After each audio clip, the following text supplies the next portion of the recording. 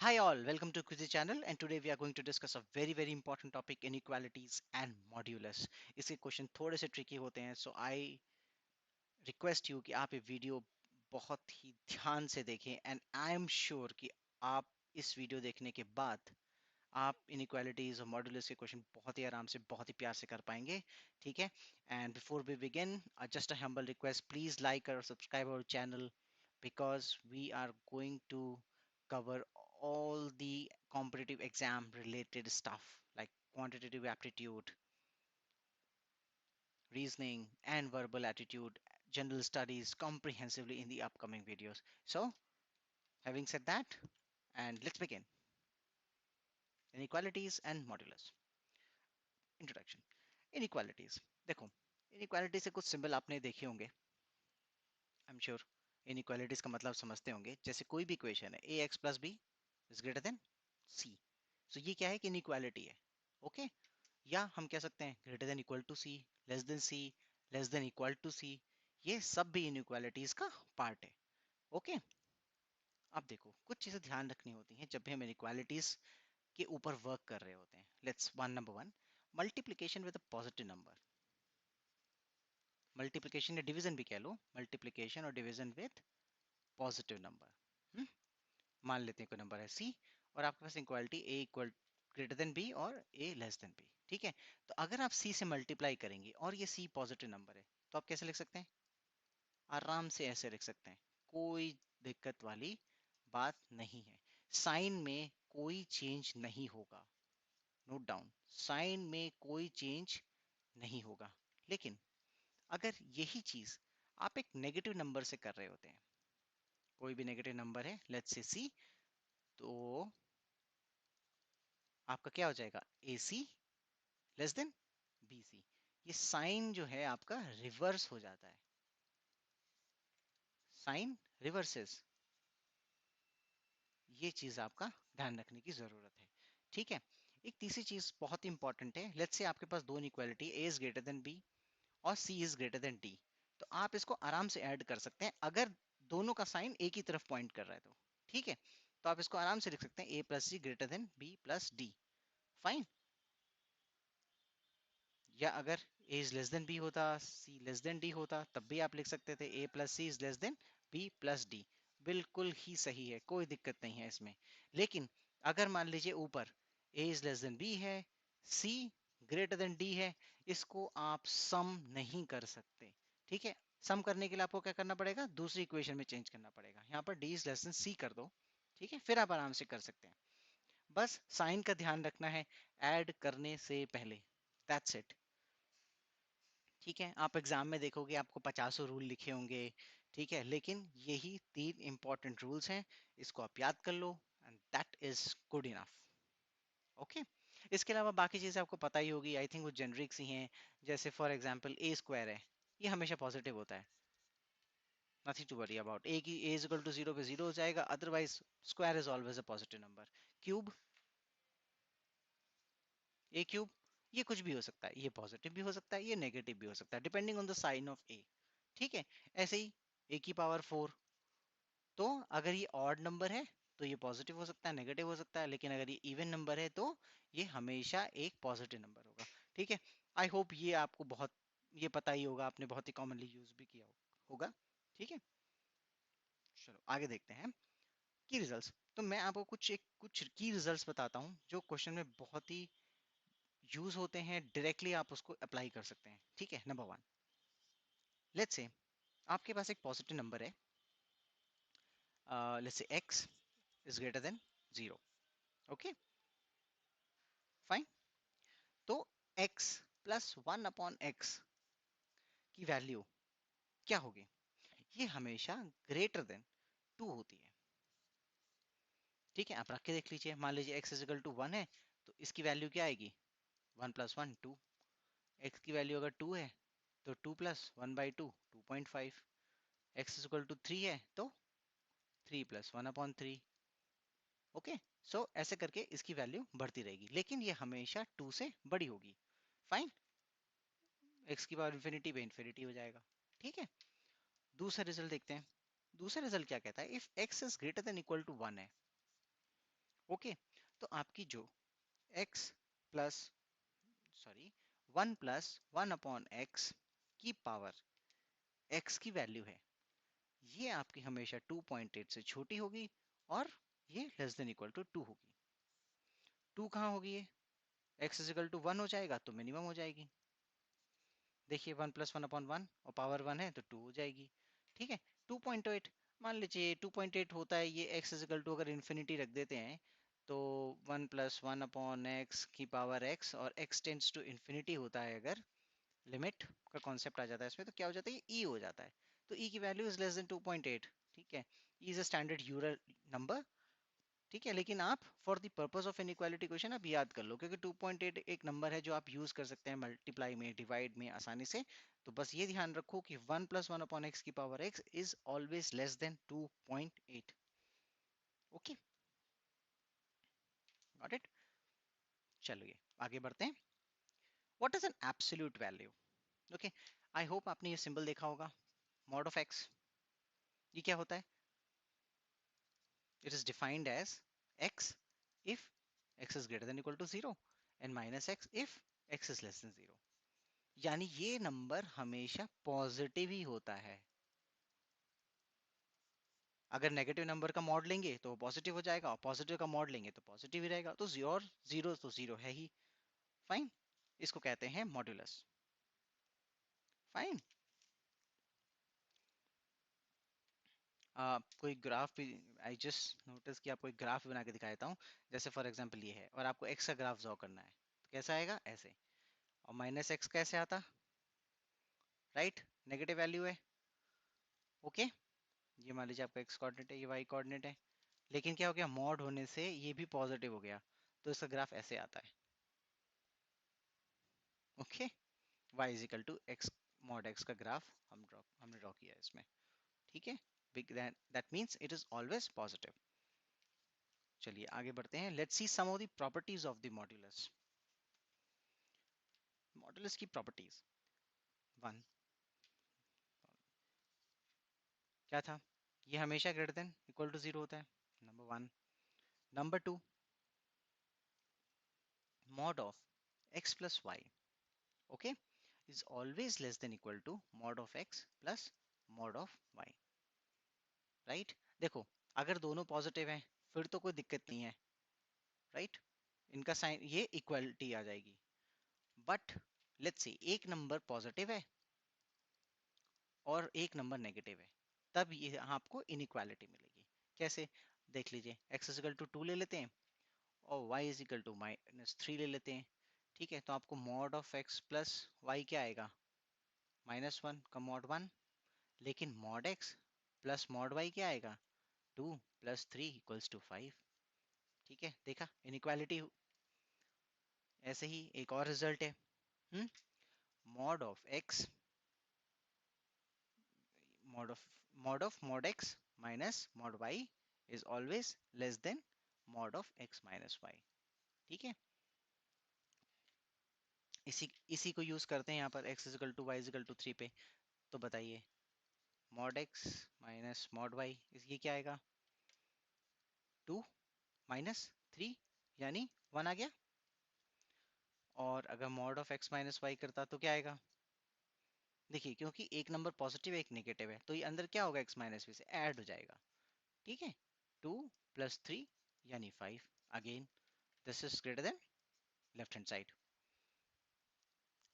Fourth, देखिए, mod of X Y is always equal to mod of X multiplied by mod of Y. ठीक है, इसका मतलब है कि आप मल्टीप्लाई करने के बाद मॉड ले लें कि मल्टीप्लाई करने से पहले मॉड ले लें। ठीक है, there is no difference. Fine, यही चीज इसको डिवाइड करने के लिए एप्लीकेबल होगी।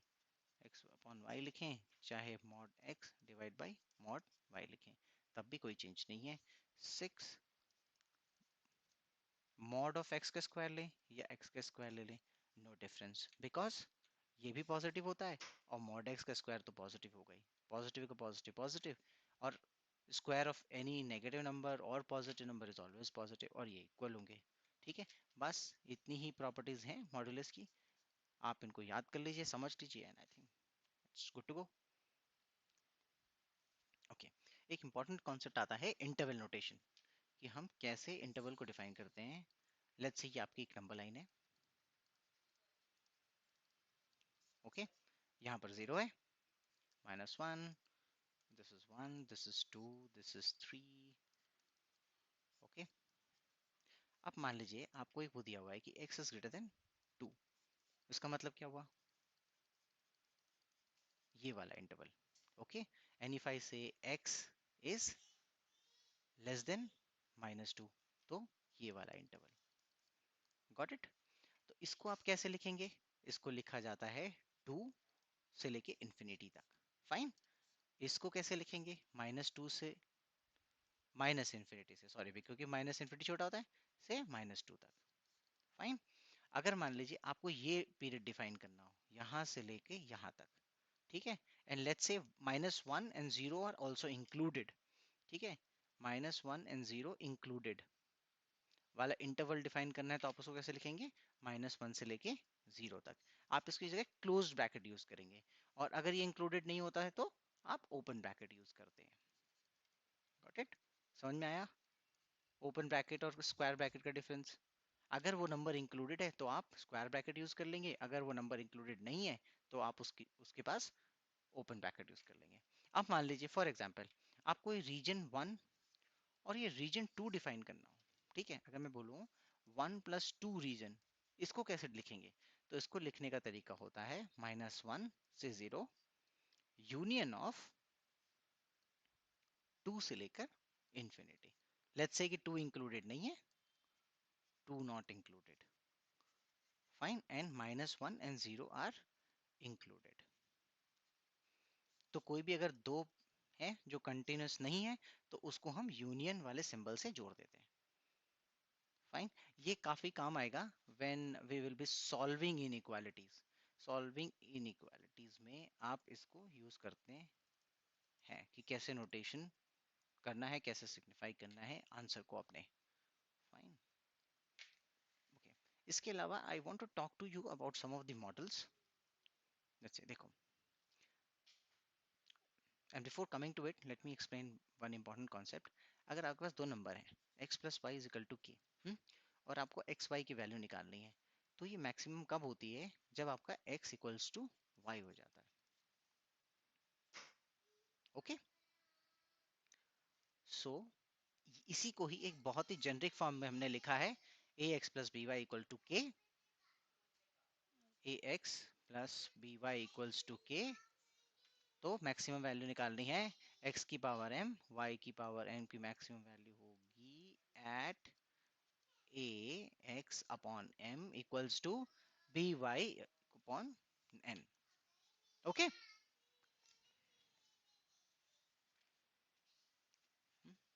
अब एक एग्जांपल ले लेते हैं। I was just looking for an example just to explain it better. मान लो आपके पास एक है 4x + 7y = 18, ये दिया हुआ है, and you have to find the maximum value of x⁴ y⁵ ये आपको निकालनी है। तो आप क्या निकालेंगे? देखिए ax/m = by/n होता है, तब मैक्सिमम वैल्यू निकलती है। अब यहाँ पर a की वैल्यू क्या है? 4 है, b की वैल्यू क्या है? 7 है, m की वैल्यू क्या है? 4, n की वैल्यू क्या है?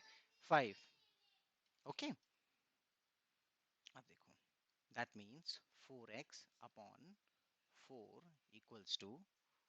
7y/5, ठीक है। इस पे हमें वैल्यू निकलेगी, ठीक है। अब कंपोनेंट एंड डिविडेंड यूज करके लिखेंगे तो 4x + 7y/9, ठीक है।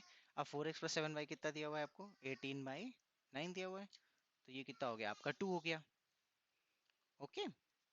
अब ऐसे इसमें अगर निकालेंगे तो आपकी x की वैल्यू क्या आ जाएगी? 2 आ जाएगी। y की वैल्यू क्या आ जाएगी? 10/7 आ जाएगी, ओके। x/2 और y = 10/7, सिंपल। अब आप निकाल लो कि आपकी x⁴ और y⁵ की जो मैक्सिमम वैल्यू आएगी इस पे आएगी x⁴ पे, तो यहाँ लिख लो 2⁴ और 10/7⁵ यहाँ पर आपकी मैक्सिमम वैल्यू आ जाएगी, and that's how you can use this model. ठीक है, कि A x plus B Y is equal to K है अगर, तो एक्स की पावर एम वाई की पावर एन की मैक्सिमम वैल्यू अगर आपको निकालनी है तो वो आएगी आपकी A x by M equals to B Y by N पे। ओके, सिमिलरली एक और मॉडल है जहां पर आपको दिया हुआ है कि x की पावर m y की power n equals to k है, तो और a x plus B y की मिनिमम वैल्यू निकालेंगे तो कहां पर आएगी, at a x by M equals to B Y by N पे। सिंपली वही है, बस थोड़ा सा रूल उल्टा है। पहले आपको ए एक्स प्लस बी वाई दिया हुआ था और एक्स की पावर एम वाई की पावर एन की मैक्सिमम वैल्यू निकालनी थी। इसमें क्या है कि आपको एक्स की पावर एम वाई की पावर एन दिया हुआ है और आपको ए एक्स प्लस बी वाई की मिनिमम वैल्यू निकालनी है। सिंपली आप ये रिजल्ट्स डायरेक्टली अपने क्वेश्चंस में यूज कर सकते हैं इफ इट कम्स। ओके, इसका भी वही फंडा है, एक्स की पावर एक्स वाई का मल्टीपल आपको दिया हुआ करके के, तो एक्स प्लस वाई की अगर आपको वैल्यू निकालनी है तो वो कहाँ, इसकी मिनिमम वैल्यू अगर आएगी तो एक्स इजिकल टू वाई पे आती है। फाइन, तो एक इसको एक एग्जांपल से समझ लेते हैं। Let me pick one example for you. Let's say x square y की पावर क्यूब आपको दिया हुआ है 2 स्क्वायर 3 की पावर 6 5 स्क्वायर। ठीक है, and you have to find the minimum value of 3x plus 5y। Okay, simple. अब आप इसमें डायरेक्टली मॉडल यूज कर दीजिए। a की वैल्यू क्या है, 3 है। b की वैल्यू क्या है, 5 है। m की वैल्यू क्या है, 2 है। n की वैल्यू क्या है, 3 है। सिंपल। तो अब यहाँ पर क्या आ गया आपका, अब A x by M is equal to B Y by N, क्योंकि आपको x और y की वैल्यू निकालनी है। तो आप इसको लिख सकते हो 3x अपॉन 5 इक्वल्स टू 2 2 नहीं सॉरी, b की वैल्यू 5 है ना, 5 y अपॉन n, n की वैल्यू कितनी है, 3। तो आप यहाँ पर निकाल लो x कितना हो गया आपका, x हो जाएगा आपका, लेट्स से ये मैंने थोड़ा मुझे लगता है गड़बड़ लिख दिया, 3x बाई m की वैल्यू कितनी है, सॉरी m इज 2, m 2 हो गया। तो आपकी, चलिए y की वैल्यू निकाल लेते हैं, 9x अपॉन 10। ठीक है, 9x अपॉन 10 आ गया।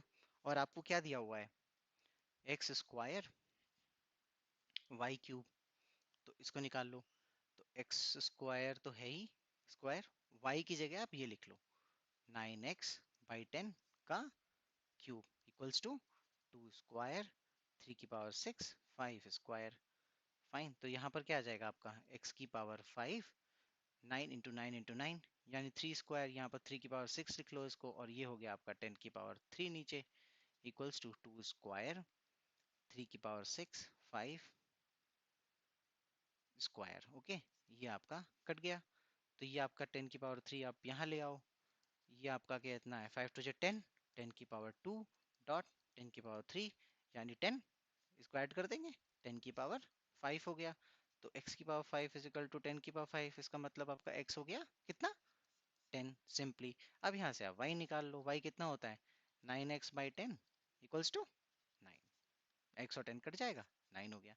तो x और y आपका निकल गया। अब यहाँ से आप सिंपली, आपको किसकी वैल्यू निकालनी थी, 3x प्लस 5y की वैल्यू निकालनी थी। 3x प्लस 5y आपका कितना हो जाएगा, 3 इंटू 10 प्लस 5 इंटू 9 यानी 30 प्लस 45 यानी 75। सिंपली आसानी से आपने इसकी मिनिमम वैल्यू निकाल ली। ठीक है, तो ये दोनों रिजल्ट्स आप डायरेक्टली यूज कर सकते हो in your questions, because competitive exam में time plays a very important role. ठीक है, देखो हर कॉम्पिटेटिव एग्जाम्स को क्रैक करने का दो इंपॉर्टेंट तरीका होता है, one is accuracy and second is speed. ठीक है, अगर आप स्पीड बहुत बढ़ा देते हो आपकी एक्यूरेसी गिर जाती है, आप एक्यूरेसी बढ़ाने चले जाते हो तो आपकी स्पीड गिर जाएगी। तो कॉम्पिटिटिव एग्जाम्स में सक्सीड होने का एक ही तरीका है, to find a balance between both. Okay, and that comes with practice and practice. So I would urge you कि मैंने आपको जो आपको कॉन्सेप्ट बताए हैं आप उसको थोड़ा सा प्रैक्टिस करो, एक बार उसको देख लो समझ लो, and then in the next video we will solve 6-7 questions for inequalities, और आपको इनइक्वालिटीज का बहुत अच्छा कॉन्सेप्ट गेन हो जाएगा, I can assure you that. Okay, having said that, happy learning, stay safe, take care, good bye.